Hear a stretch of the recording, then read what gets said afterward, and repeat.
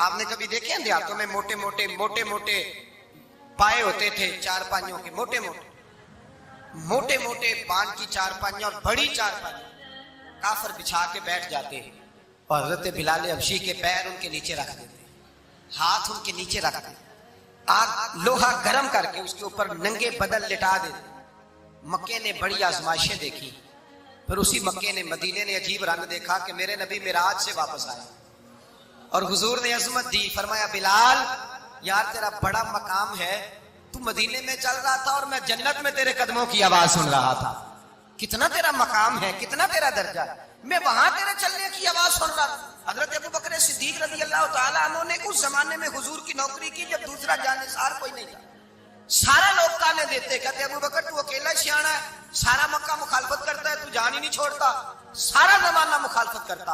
ابو بکر صدیق نے مال بھی دیا، جان بھی دی، شہزادی حضرت عائشہ بھی دی، حضور کی خدمت میں ہر چیز لٹا دی۔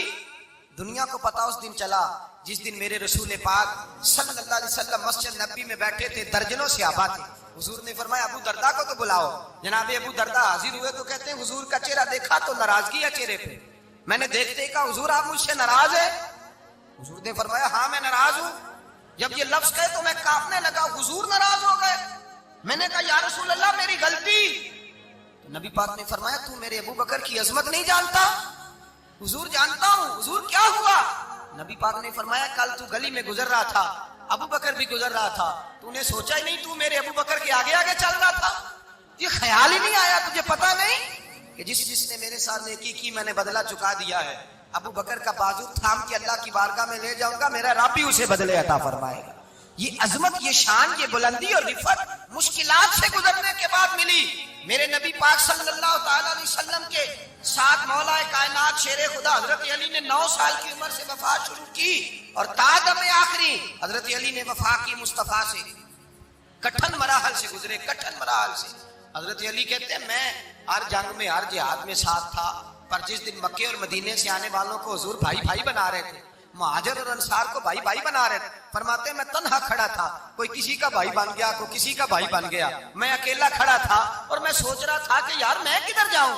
کہتے ہیں میں اس حد تک آیا کہ میرے آنسو بہنے لگے، لیکن میری مشکلات کو آسانی تب ملی جب مدینے کے چاند دھیرے سے اٹھے، میرے قریب آئے، میرا بازو تھاما اور فرمایا علی باقی سارے بھائی بھائی بن گئے ہیں، انت اخی فی الدنیا والآخرہ، تو میرا بھائی ہے، دنیا میں بھی میرا بھائی ہے، قیامت کے دن بھی میرا بھائی ہے۔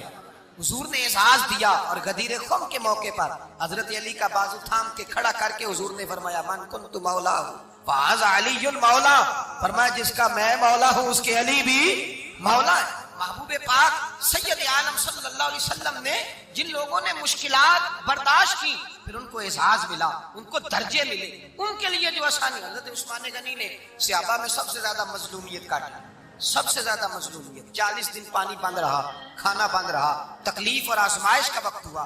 امام جلال الدین سیوطی رحمت اللہ تعالیٰ علیہ الحاوی للفتاوی میں لکھتے ہیں، کہتے ہیں جب حضرت عثمان غنی پر کھانا اور پانی بند تھا، ایک شام حضرت عبداللہ بن سلام ملنے گئے، اس شام، اس صبح جس شام حضرت سیدنا عثمان غنی شہید ہوئے، جناب عبداللہ ابن سلام کہنے لگے عثمان تیرا کیا حال ہے، کس پوزیشن میں ہے؟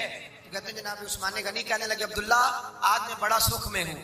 کہا 40 دن بیت گئے، کھانا نہیں آیا، پانی نہیں آیا، تو آج کو سکھی ہو؟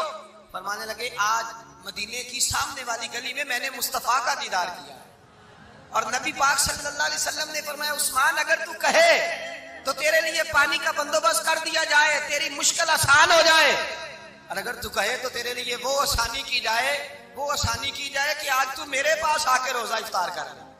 تو حضرت عثمان غنی کہنے لگے میں نے مصطفیٰ سے عرض کیا حضور مجھے یہاں کا سوق نہیں چاہیے، مجھے وہ آسانی چاہیے جو آپ کے پاس افطار سے ملے گی۔ فرمانے لگے آج میں رخصت ہو جاؤں گا، افطار رسول اللہ کے پاس کروں گا۔ حضرت عبداللہ ابن سلام فرماتے ہیں پھر اس شام حضرت عثمان شہید ہو گئے۔ لوگ کہنے لگے عثمان شہید ہو گئے، اور میں کہنے لگا نہیں، انہوں نے جا کے نبی پاک کے دسترخوان پہ روزہ افطار کر لیا ہے، روزہ افطار کر لی۔ پھر بعد میں جو آسانی ملی ان لوگوں، جو ان لوگوں کو درجات نصیب ہوئی، کٹھن۔ حضرت عبداللہ مزنی حضور کے غلام تھے، قبیلہ مزن کے رہنے والے، والد فوت ہو گئے، چچا نے پالا تھا، اسلام قبول کر لیا، چچا اسلام